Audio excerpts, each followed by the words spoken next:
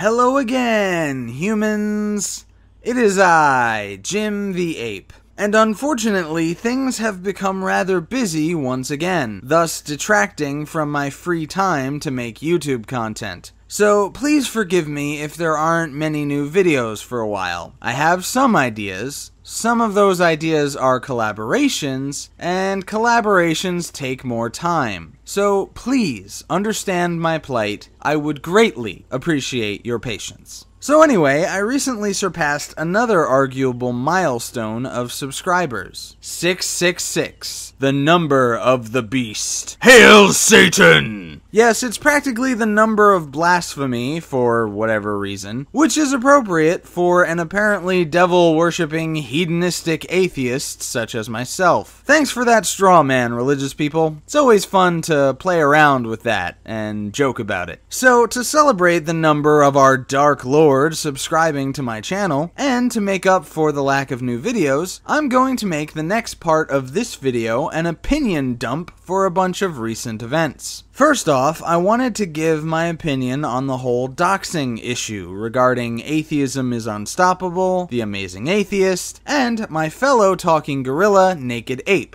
Yeah, that used to be my picture as well, but now it's just his, as far as I'm aware. Thanks again for the good work, Tombo Time. So for those of you who aren't caught up, doxing is releasing someone's personal information against their will. In the case of Devin Tracy, aka Atheism is Unstoppable, he supports that, and has done it on a few occasions. Now, allegedly, he's only ever released people's names, as opposed to their addresses, phone numbers, social security numbers, etc. But still, that is a violation of privacy and anonymity, which are both important parts of freedom of speech, at least in my opinion. Although, criminal accusations are quite arguably a different story, what with the right to face your accuser and all. Anyway, Devin was featured in a collaboration video hosted by The Amazing Atheist, asking questions to social justice warriors. The video spawned the idea of the Anti-Social Justice League, due to it featuring many popular, mostly like-minded YouTubers, such as the aforementioned two, Dusty Smith, Mr. Repzion, Undoomed, Kraut and T, and Chris Raygun. Apparently, Naked Ape took exception to Atheism is Unstoppable's inclusion in this video, and he made a response video basically accusing TJ of supporting doxing. Now, I want to make it clear that I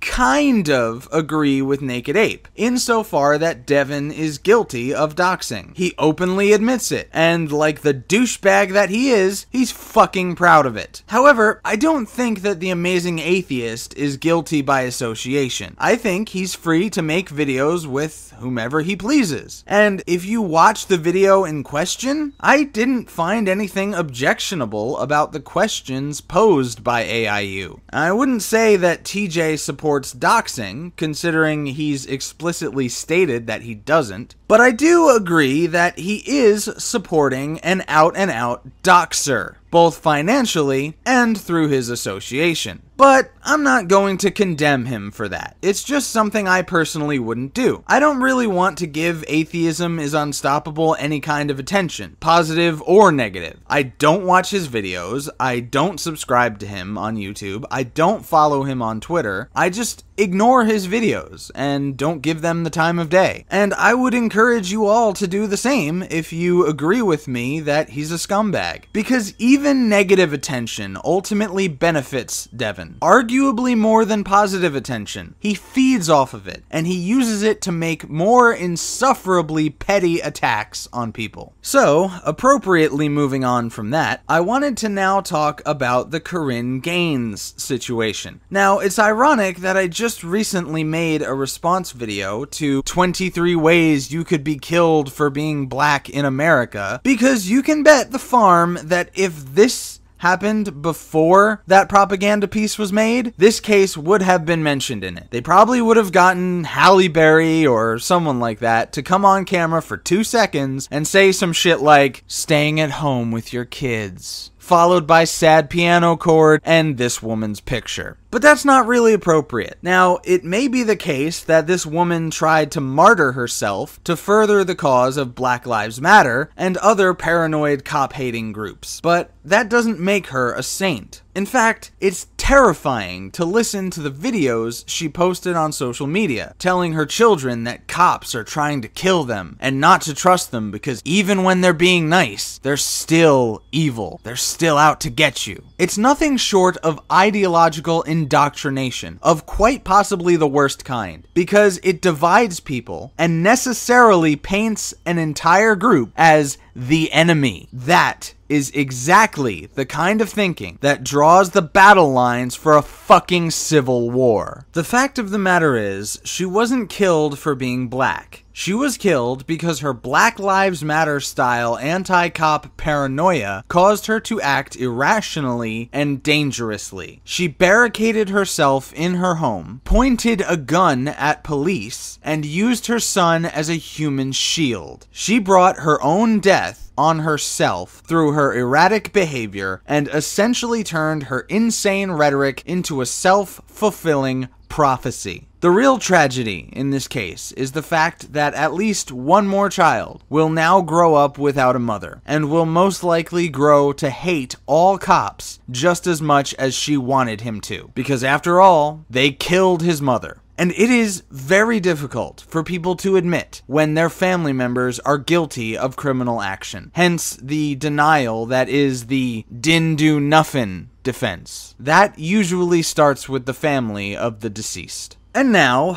I would like to wrap up this trifecta of current events talk with a lighter note, sort of, because just recently, pictures were released of actor Orlando Bloom on some kind of vacation with singer Katy Perry, and in said photographs, he was naked and she was not. Now, normally I wouldn't give a single solitary shit about this story, let alone two, but it always astounds me when there's such an obvious example of doublethink hypocrisy in our society, and people just refuse to see it. Let's roll the clocks back 2 years to a little event on the internet known as The Fappening, where several female celebrities were hacked and their nude photos were publicly released. There was outrage everywhere. How dare these hackers invade the privacy of these poor women? Which I don't necessarily disagree with that part. But the real kicker for me was people saying that anyone who even looked for these pictures or even looked at them was either just as bad as the hackers or, hilariously, just as bad as rapists for even daring to look at an image of a female celebrity's naked body without her consent. But there have been a few examples of male celebrities being photographed naked. I believe Justin Bieber was one of them. Also, Lenny Kravitz had an onstage wardrobe malfunction that I joked about in my previous video. And in none of these cases is there any such outrage as there is when a female celebrity's privacy is violated and her naked body is ogled. When it's a male celebrity, there's just the ogling, and it's shameless and out in the open. See?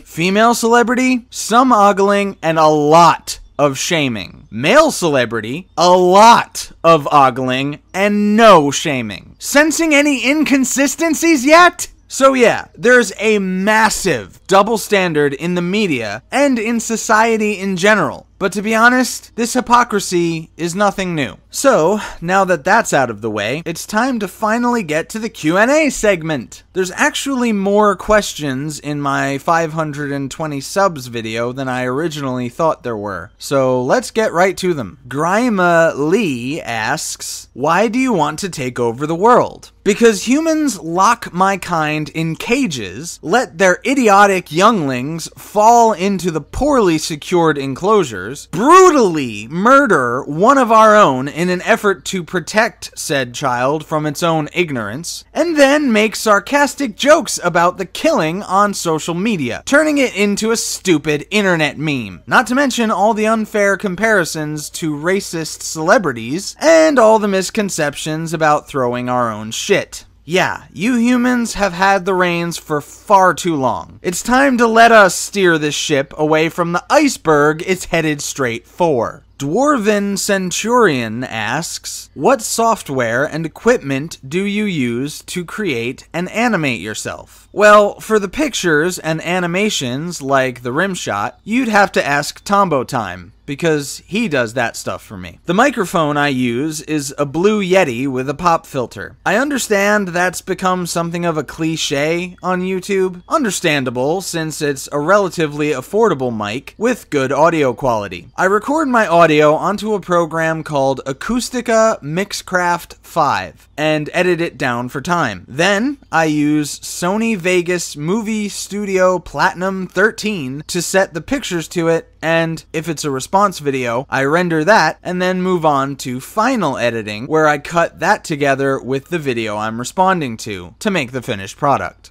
Based Putin asks, are you Harambe's brother? No. And that's exactly the meme I was talking about. Stop it. You're just rubbing salt in the very open wound, and it's fucking insulting. And once again, closing with total madness, the final question is, what do you think about Onision's attempts at appealing to feminists? Do you really think he's trying to be one? Do you think he's trying to white knight? Or do you think he has another reason? Finally, will you make a response to any of his videos? Well, I think Onion Cunt is basically a massive troll who is just looking for attention, and more importantly, views, because views equals money. And I think that being a massive piece of shit spewing feminist rhetoric is working for him in that way. It's also possible that he does it to cover up for some legitimately misogynistic scumbag behavior that he's at least been accused of. I don't keep up with that shit because, like I said before, I don't really care about other people's personal lives, even prominent public figures on YouTube. And I did make a response to him, although it's not on my channel because it was a guest video for Andy Worski. I'll put the link in the description so you can check it out. So that's all the questions for now. If you have a question that you'd like to ask me, feel free to leave it in the comments section of this video, and I'll answer it either in the next subscriber milestone video or in a dedicated Ape Answers video, whichever is more appropriate in about a week's time or maybe more. Now, I wanted to ask for advice from anyone who made it this far into the video about something that I've been dealing with. It pertains to the 520 subs video, because at the end of that video, I played a music video that I made of my theme song, which happens to be a parody of the song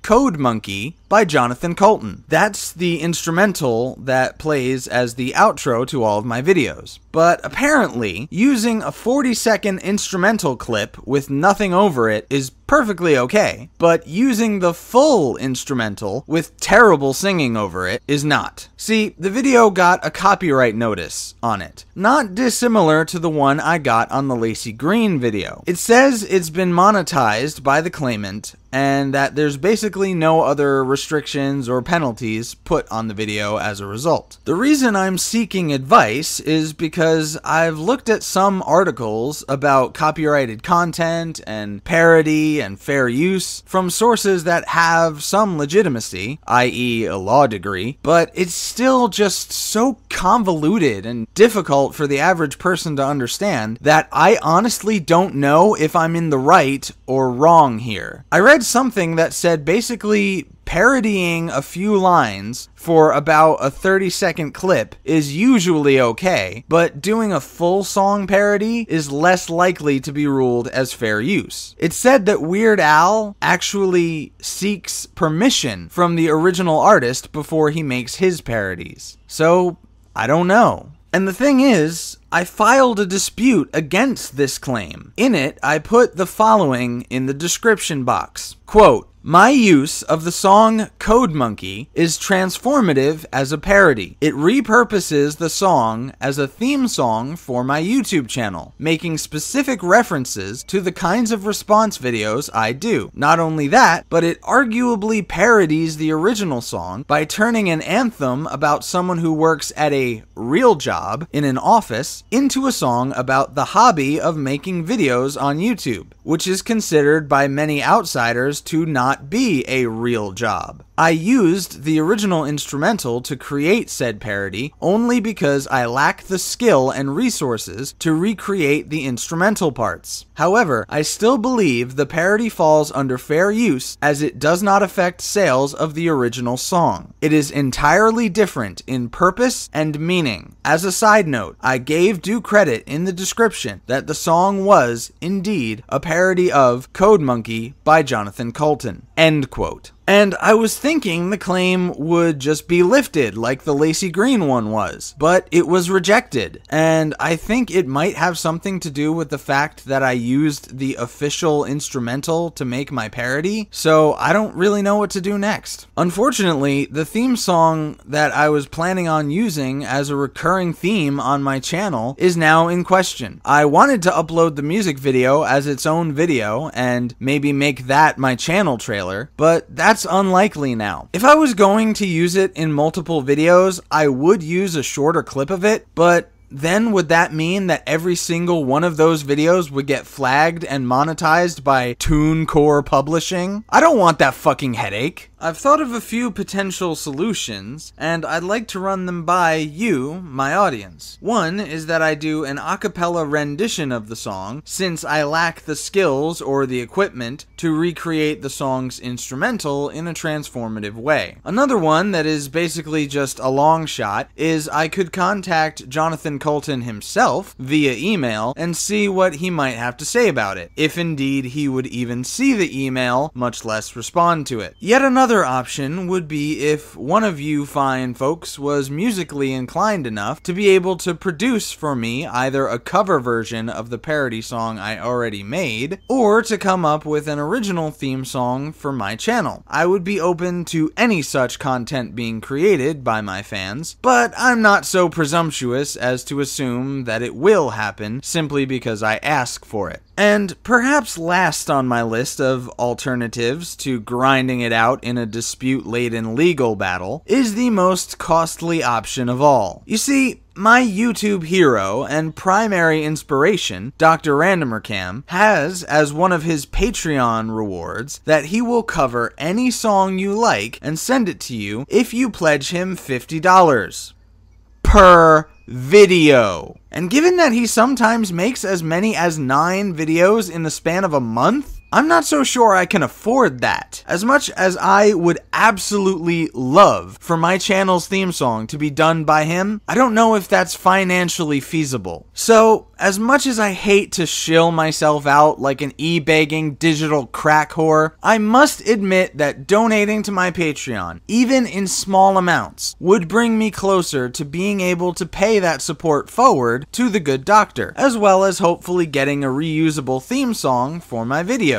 Seriously, every little bit helps, so donate if you can. Even a few bucks a month is better than nothing. And ultimately, Patreon can help me make more videos more frequently, because the more money I make on there, the more my pet human can cut back on his work hours. Remember, for all the things that I can, persuade him to do for me, he still controls the Wi-Fi, and thus controls my ability to make videos. And I can't do that without the internet. So the less he works, the more time I have to work on content for this channel. So that about wraps up this video. Let me know what you think I should do about the copyright notice on my theme song. If you like this video, please give it a thumbs up. I always appreciate that. Subscribe if you haven't already, and the next celebration video will be that much closer. I'm thinking I'll start hosting celebration streams at 1,000 subs. I don't know specifically what that will entail yet, but if you help get me there, we'll find out together. That's enough shameless self-promotion in this undoubtedly rather long video. I'll catch you next time. Stay great, apes.